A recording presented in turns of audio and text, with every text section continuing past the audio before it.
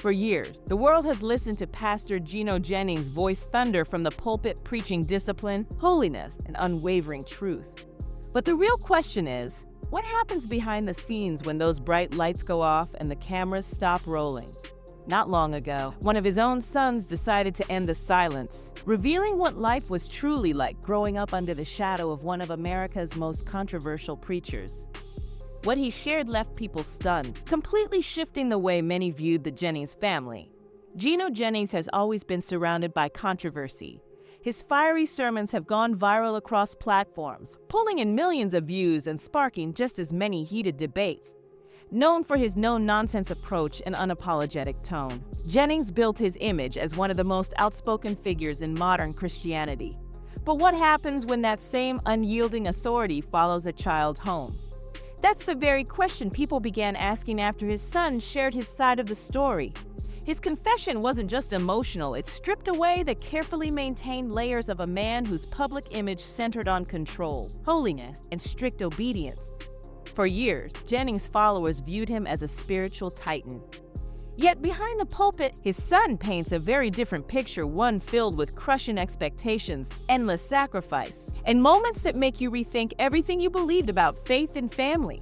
In this video, we're diving deep into what life was truly like growing up as Gino Jennings' child, from the constant pressure to the rare glimpses of vulnerability, to the hidden cost of being raised by one of the most commanding voices in religion. You'll hear the truth directly from the people who lived it. And by the time we're done, you may never look at Gino Jennings or his ministry the same way again. But this is only the start, because as more family stories started surfacing, new questions emerged about control, leadership, and the blurred line between faith and fear. And trust me, what comes next will change everything. Growing up in the Jennings household was nothing like an ordinary Christian upbringing. From the outside, it looked flawless, a disciplined home led by a devoted, faith-driven father. But behind those doors, the expectations were relentless. Every action, every word, every thought had to align with one unshakable rule: protect and uphold the image of Gino Jennings. From early on, his children learned they weren't just carrying a family name. They were carrying an entire ministry. They couldn't be ordinary kids. They were the children of a man admired by millions. Church wasn't just a Sunday ritual, it was a daily expectation, with standards far beyond what most could imagine. While friends and classmates talked about weekends, movies and sports, conversations in the Jennings home revolved around scripture, sermons, and righteousness. Any trace of rebellion or doubt was swiftly corrected. For Gino Jennings, discipline wasn't cruelty, it was devotion. But for a child, that devotion felt like constant pressure, an invisible weight that never eased. Now grown, his son recalls that feeling vividly. He remembers sitting in the front pew every Sunday, watching his father's voice boom through the church walls, commanding holiness, obedience, and sacrifice. It felt like living under a spotlight you never asked to stand in. You couldn't make mistakes, he said. You couldn't just be ordinary. You had to be flawless, and that kind of perfection came with a heavy price. Imagine being a child constantly reminded that every move you make reflects the ministry, that a single wrong step could bring shame on your family and your father's name. That kind of pressure can shape a person or completely break them down at home. Conversations were never just casual talks. They were lessons about sin, purity, and accountability. Moments of laughter were rare, and free expression was often mistaken for disrespect. While the world viewed Gino Jennings as a man of unwavering conviction, his children saw someone who could shift from a loving father to a commanding preacher in a split second. There were times when his son admits he deeply admired him, the way Gino stood his ground against critics, the confidence he carried while leading thousands, and the power in his voice whenever he preached. But alongside the admiration came quiet resentment. "I didn't know who I was outside of him," his son confessed. Everything revolved around him: his name, his vision, his mission. "I didn't even know what my own vision was supposed to be." This constant tug-of-war between reverence and rebellion defined much of his youth. Whenever he tried to step outside his father's shadow, the fear of disappointing him pulled him back. And every time he tried to express his individuality, he was reminded of the weight of his responsibility. As the years passed, that silent battle only grew louder behind closed doors. Quiet questions started forming about faith, about freedom, and about what happens when devotion turns into control. For years, silence was the safest path in the Jennings household. Loyalty wasn't just expected, it was demanded.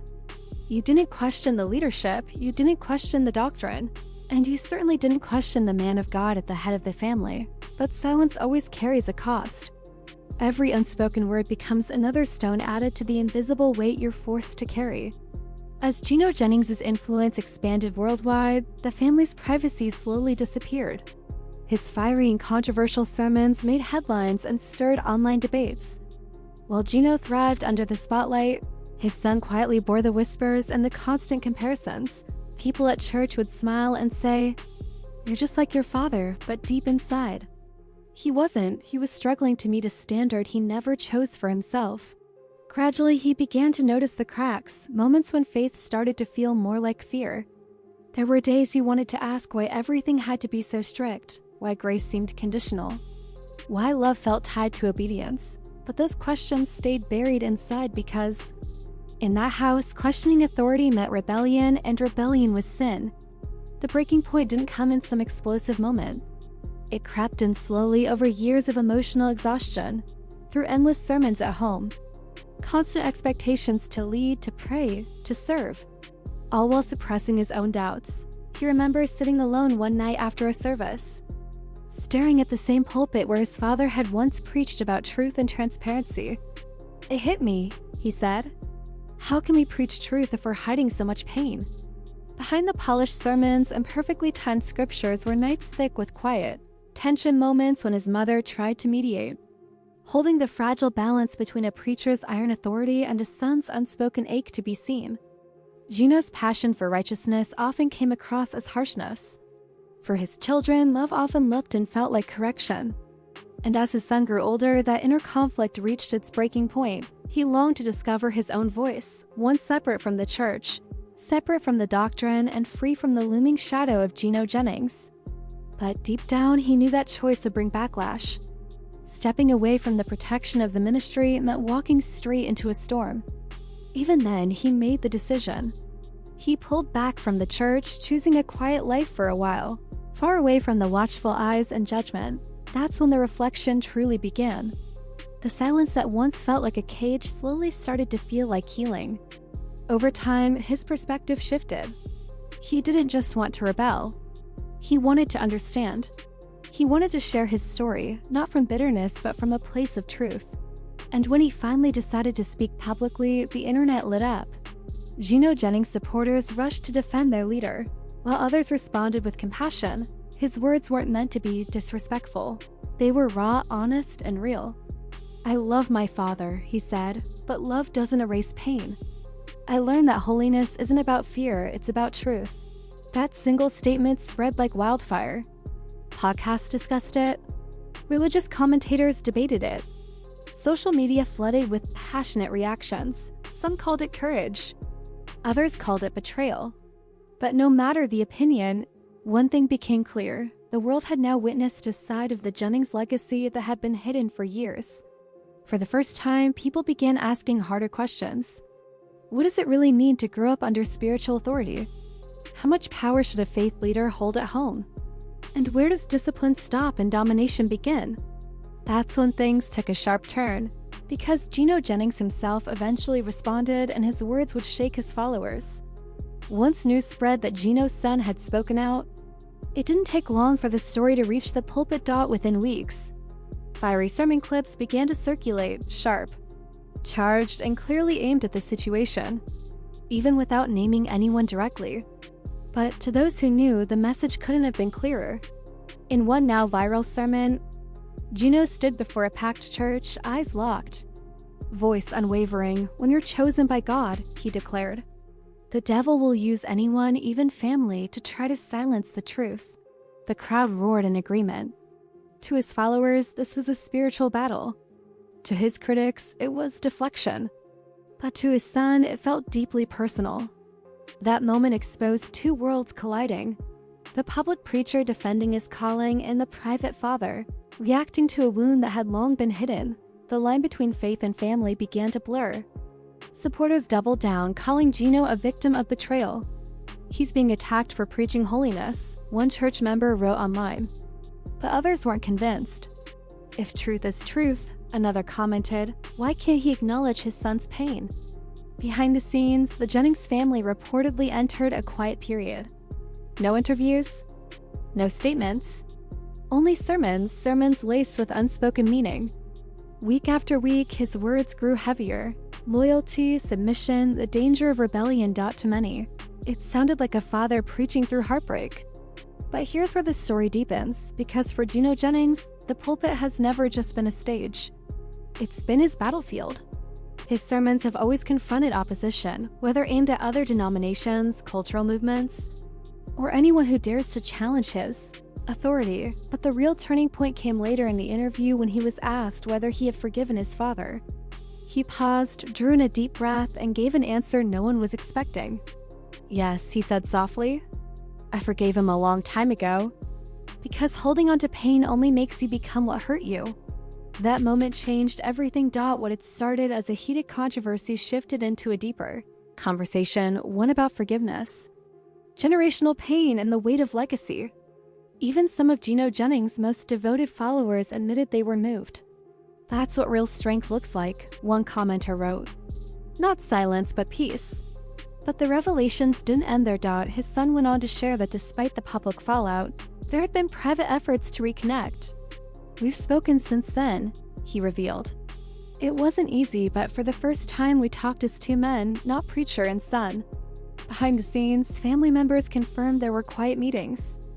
No cameras, no church crowd, no stage. Just family, sitting together, talking, where apologies weren't preached, they were felt. Not through sermons, but through tears.